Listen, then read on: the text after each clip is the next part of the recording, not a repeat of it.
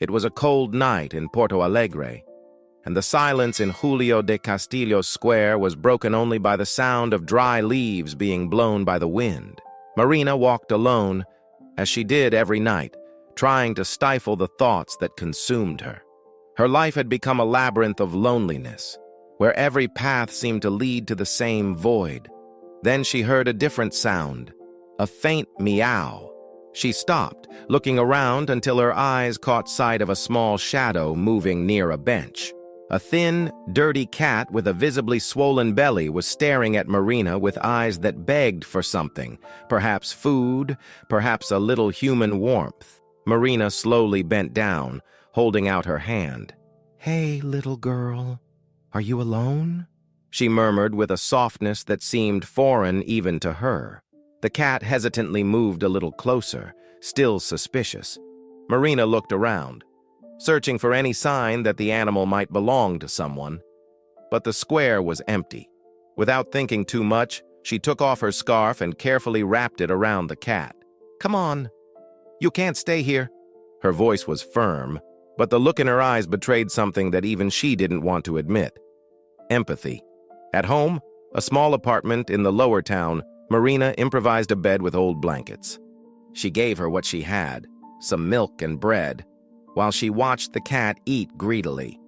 "I'm going to call you Lua, because you appeared in my life out of nowhere, like this huge moon outside." She laughed to herself, but the sound died quickly on her lips. Over the next few days, the moon became Marina's only constant companion. Every purr, every curious glance from the cat seemed to fill small pieces of the emptiness in her heart. When she sat down to eat, Lua was there. When Marina lay down, the cat found a place next to her. It was the first time in a long time that Marina didn't feel completely invisible. "Did you know that you were the best thing that ever happened to me?" she confessed one early morning while stroking Lua. "I was supposed to be saving you, but I think it was you who saved me." But this calm was short-lived. The collection letters began to arrive more frequently. Marina felt the ground disappear from under her feet with every call from the debt collectors. That morning, the landlord knocked on her door to collect the 2 months' rent. "Marina, I can't wait any longer. Next week, either you pay or—" He hesitated, but the threat was clear.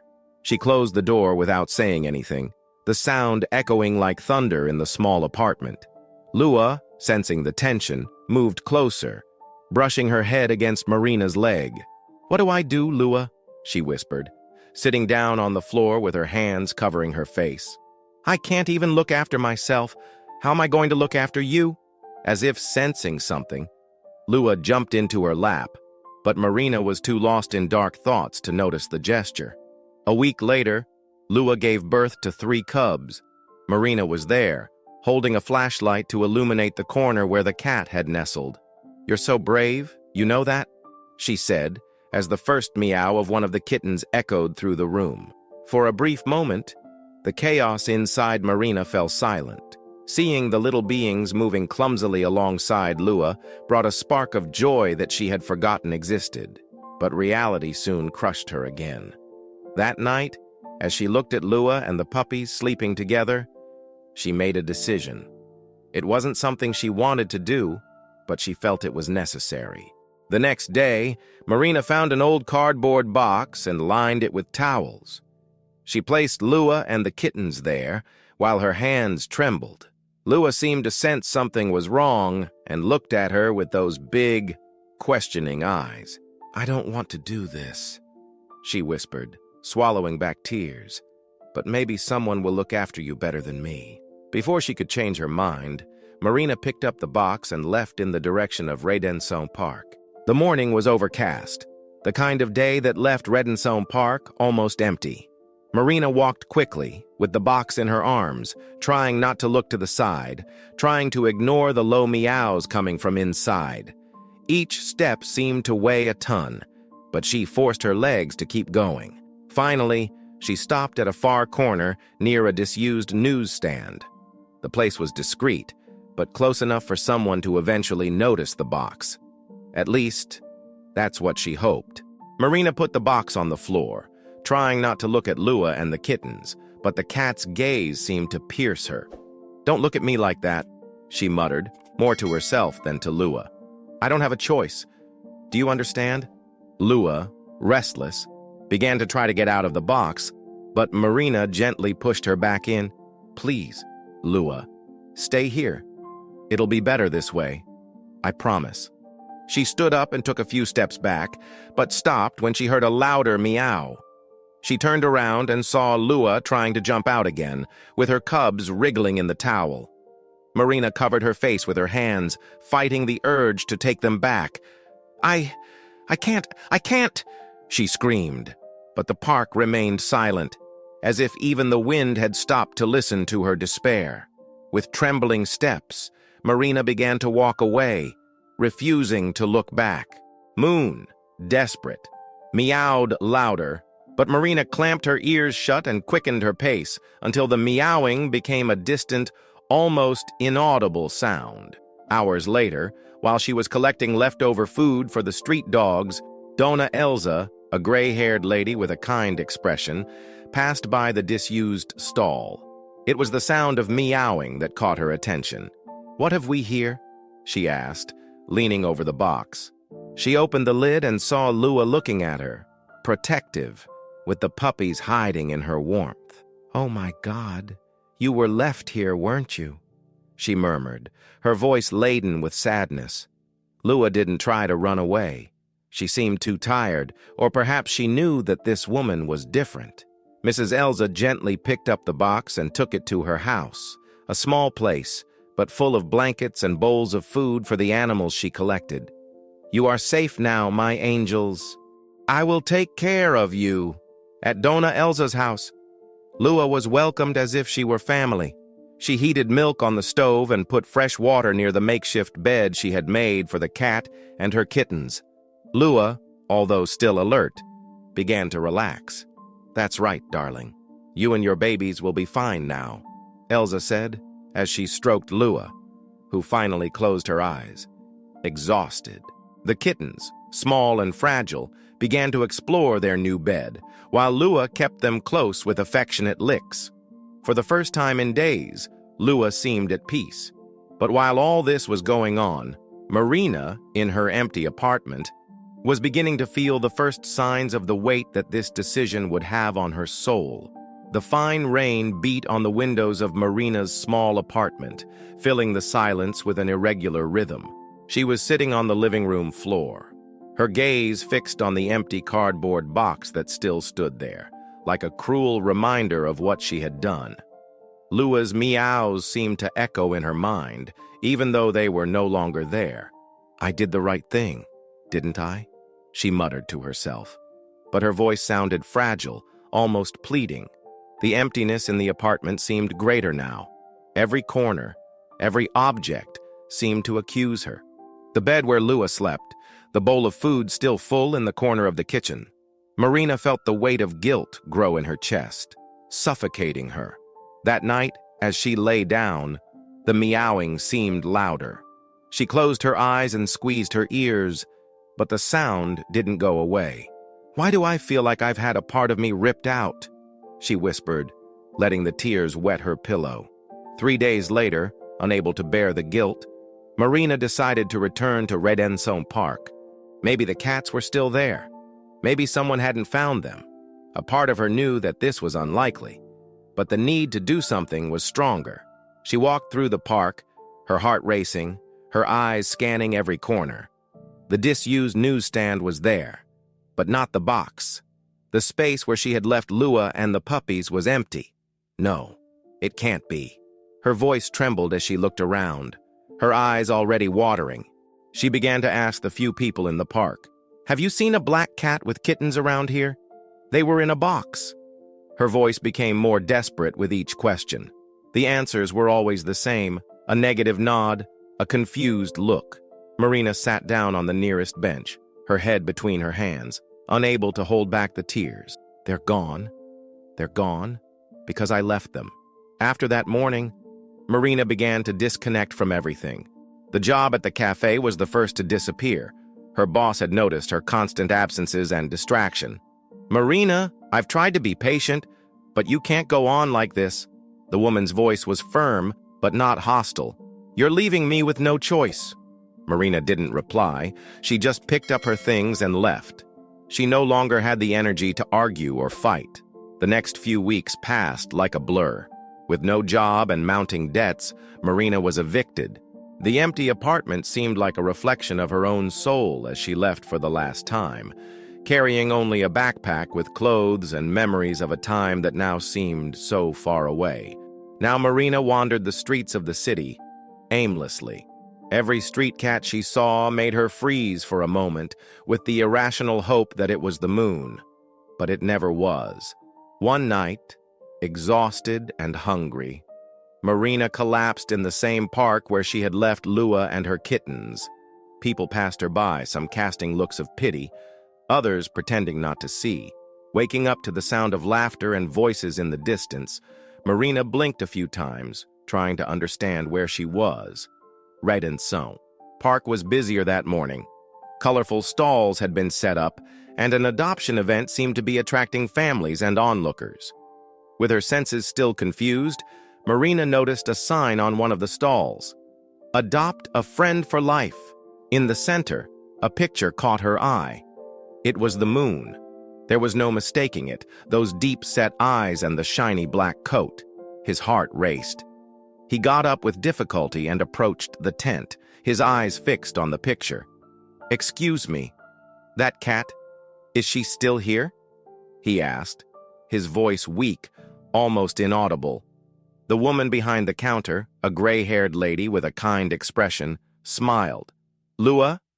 Yes, she is, but she's not up for adoption. She stayed with me." Marina swallowed, hardly believing what she was hearing. "With you?" The lady nodded. "I'm Mrs. Elza. I found Lua and the puppies a few weeks ago, abandoned here in the park. I couldn't leave them. Of course, I took them all home." Marina's legs almost gave way. She gripped the edge of the counter to support herself. "Can I see them?" "Please, Mrs." Elza frowned, watching Marina for a moment. "You look unwell, dear. Is everything all right?" Marina just shook her head, tears streaming down her face. I need to see them." Something in the sincerity in her voice convinced Mrs. Elza. "I'm fine. Come with me." Donna Elza's house was small but cozy. The smell of home-cooked food hung in the air, and several cats roamed around, each one seeming to have found a safe home there. Marina entered hesitantly, her eyes scanning the space until in a corner she saw Lua. The cat was lying in a basket, surrounded by 3 healthy, playful kittens. Marina fell to her knees, tears flowing freely now. "Moon," she whispered, holding out her hand. Lua raised her head and looked at her. For a moment, she looked suspicious. But then, slowly, she climbed out of the basket and moved closer, sniffing Marina's fingers before rubbing her head against her hand. "She remembers you." Donna Elza's voice was gentle. Marina looked at the lady, the shame and pain visible in her expression. "I was the one who left her. I couldn't look after her anymore. I thought someone like you could give her a better life." Donna Elza crossed her arms, reflecting for a moment. "Abandonment is never the best choice, young lady. But it seems that you already carry that regret." Marina nodded vigorously. "I would do anything to make up for what I did." Mrs. Elza sighed, watching Marina with an appraising gaze. "Well, you can start by helping. I look after a lot of cats here, and there's always something to do. If you're willing to work, we can talk." Marina looked at Lua, who was now licking one of the kittens, and felt a twinge of hope. "Yes, anything." Donna Elza smiled, holding out her hand to Marina. "Then we have an agreement." Marina squeezed the lady's hand, feeling, for the first time in a long time, that there was a chance to start again. Sunlight streamed through the windows of Donna Elza's small house, illuminating the corners filled with beds, food bowls, and scattered toys.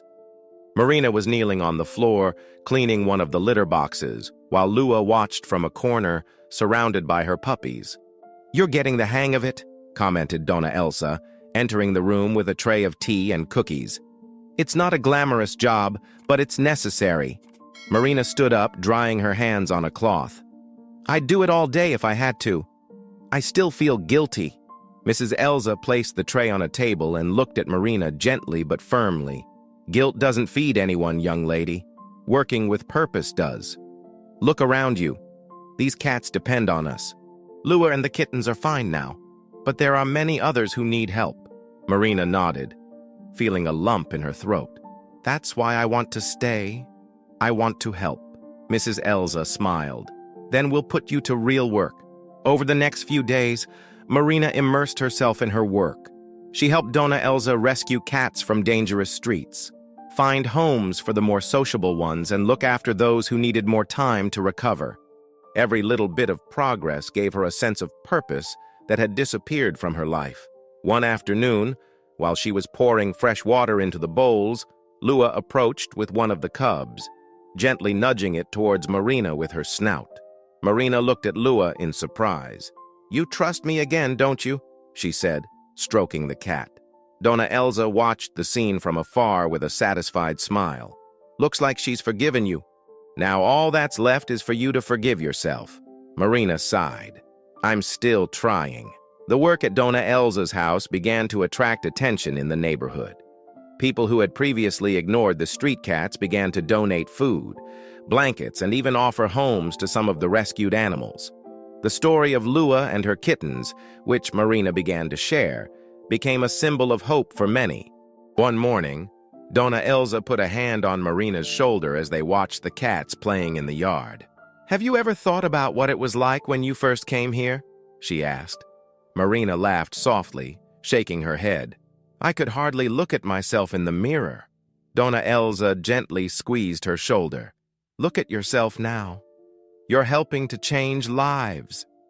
Marina, including your own." Marina looked at Lua, who was now running after her kittens in the yard. The little meows filled the air with a joy that seemed impossible just a few weeks ago. Marina felt a tear run down her cheek, but this time, it was one of gratitude. "I promise never to abandon anyone I love again," she murmured to herself, her hand on her chest, as if making a silent vow. With Lua, her puppies, and Dona Elza by her side, Marina found not only a home, but also a purpose. She became the bridge between abandoned animals and the homes that would take them in, sharing her story as a reminder of the transformative power of repentance and redemption. And for the first time in a long time, Marina felt she was exactly where she was supposed to be. The months passed, and Dona Elza's small house became a reference point for animal rescues in the neighborhood. People began to visit more often, bringing donations or adopting cats that had previously wandered invisibly on the streets. Marina was now a central figure in this movement, organizing adoption events and visiting places where animals needed help. One quiet afternoon, while organizing the files of rescued cats, Marina came across a photo of Lua and her kittens taken just after they had been taken in by Dona Elza. The contrast with the family's current state was striking. Lua was now strong, with a shiny coat, and her kittens, now grown up, were running around the yard as if the world were theirs. "This photo is hard to look at, isn't it?" asked Dona Elza, entering the room with her characteristic calm. Marina looked at the lady and shook her head, smiling. "Not as much as before. I think now I see how much we've all changed." Mrs. Elza sat down next to Marina, watching her in silence for a moment. "You know, girl, you found your way. I think Lua knew that all along." Marina laughed softly, stroking Lua, who had jumped into her lap. "Maybe, but I think it was me who needed more time to understand it. A new journey." That same evening, while feeding the cats, Marina had an idea that filled her heart with enthusiasm. "Mrs. Elza, what do you think about expanding our work?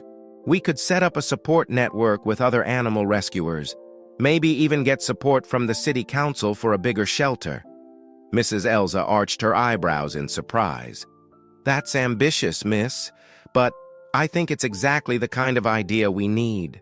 Marina felt something different about that decision. a sense that she was finally fulfilling her purpose. Lua's legacy. A few months later, the first community animal rescue center in the neighborhood opened. It was called Refugio Lua, in honor of the cat who had started it all. During the opening ceremony, Marina told her story to the people present. Lua and her kittens gave me a second chance. They showed me that love and care can transform lives. Not just theirs, but mine too. The audience applauded, but the most significant moment was when Lua, now a confident and calm cat, jumped into her lap and cuddled. Marina smiled, her eyes shining, as she stroked the cat that had changed her life. Elsa, next to her, whispered, "You did it, girl. You turned pain into something beautiful." Marina looked around, seeing people's happy faces and the curious gazes of the cats waiting for new homes. For the first time, she felt that a cycle had come to an end. Lua purred in her lap, as if to confirm what Marina already knew. It wasn't just a happy ending. It was a new beginning for everyone.